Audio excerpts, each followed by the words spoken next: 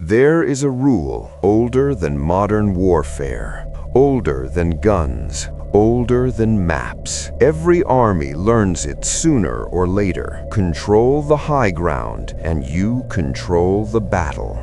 From above, you see first, you strike first, you survive longer. History is filled with wars decided by hills, ridges, and mountains. But there is one place where that rule failed. A place where the highest ground did not offer power, only death.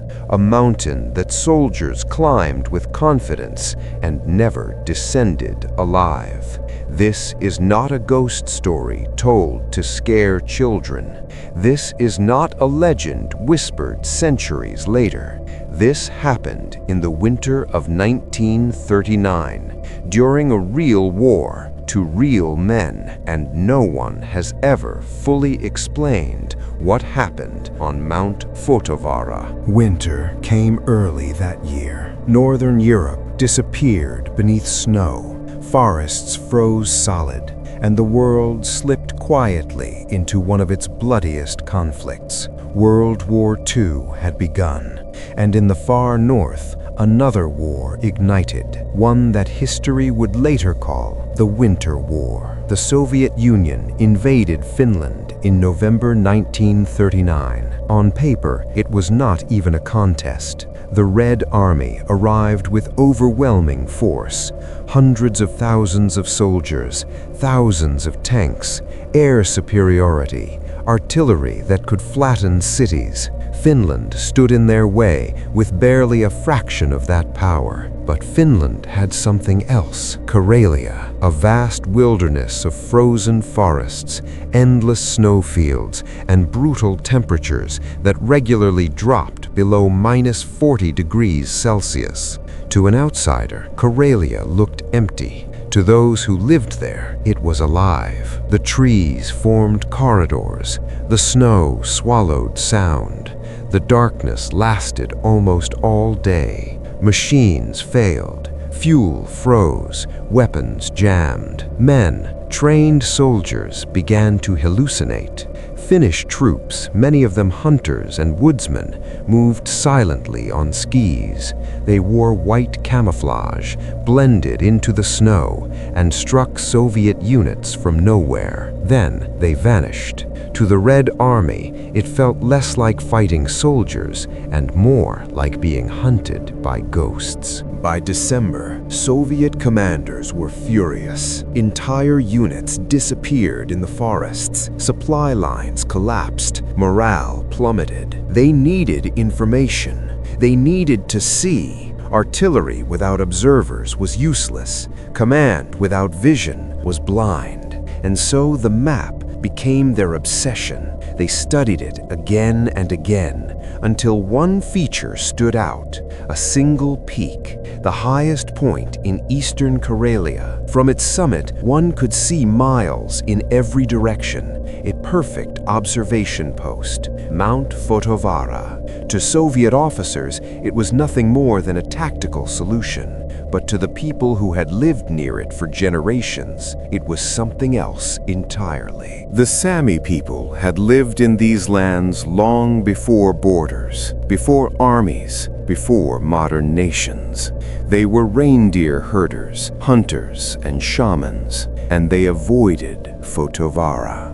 When word spread that Soviet troops planned to occupy the mountain, local Sami elders reacted immediately. They did not argue strategy. They did not discuss politics. They warned, quietly, firmly, do not go there. Fotovara, they said, was not just a mountain. It was a threshold, a place where the world grew thin, where ancient forces lingered. They spoke of spirits older than memory, of guardians that did not distinguish between soldier or civilian, of a place where even animals refused to tread. Hunters claimed their dogs would not climb its slopes. Reindeer herds diverted miles out of their way. The elders used a word that does not translate cleanly into English, a word meaning forbidden not by law but by existence. The Soviet officers laughed. They believed in discipline, in steel, in ideology, and above all, they feared failure, so the warning was ignored. A reconnaissance company was chosen. Nearly 100 soldiers, veterans, scouts, signalmen, machine gunners, well-equipped, well-trained, confident. They began their ascent early in the day. At first, everything seemed normal. Then the forest changed. The trees twisted unnaturally, their trunks bent as if warped by pressure no wind could create. Some spiraled upward like corkscrews. Others leaned away from the mountain's center, as though repelled by something unseen. The ground was littered with stones, not fallen rocks, but deliberate formations, massive boulders balanced on smaller stones, forming ancient structures known as sades. No one knew who built them. No one knew why. The soldiers joked nervously as they passed them, but the jokes faded because something was missing. Sound. No birds, no wind through branches, no animal movement. Only boots crunching in snow. Some soldiers later reported the sensation of being watched. Others complained of headaches, of ringing ears, of time seeming distorted. Watches began to malfunction. Compasses spun erratically. Still, they climbed. By late afternoon, the unit reached the top. The view was extraordinary. Miles of frozen forest stretched in every direction. The officers were satisfied. They dug trenches into the frozen earth, erected tents, mounted machine guns. Radio contact was established briefly. Everything was normal. As the sun set, fog rose from the valleys. Not drifting fog, climbing fog. It moved upward, thick and deliberate, swallowing the mountain inch by inch. Soon, visibility dropped to a few meters. Night arrived early, and the temperature plunged. Below the mountain, Finnish troops watched. They expected artillery fire, sniper shots, signals. They got none. Then, just after midnight, gunfire erupted.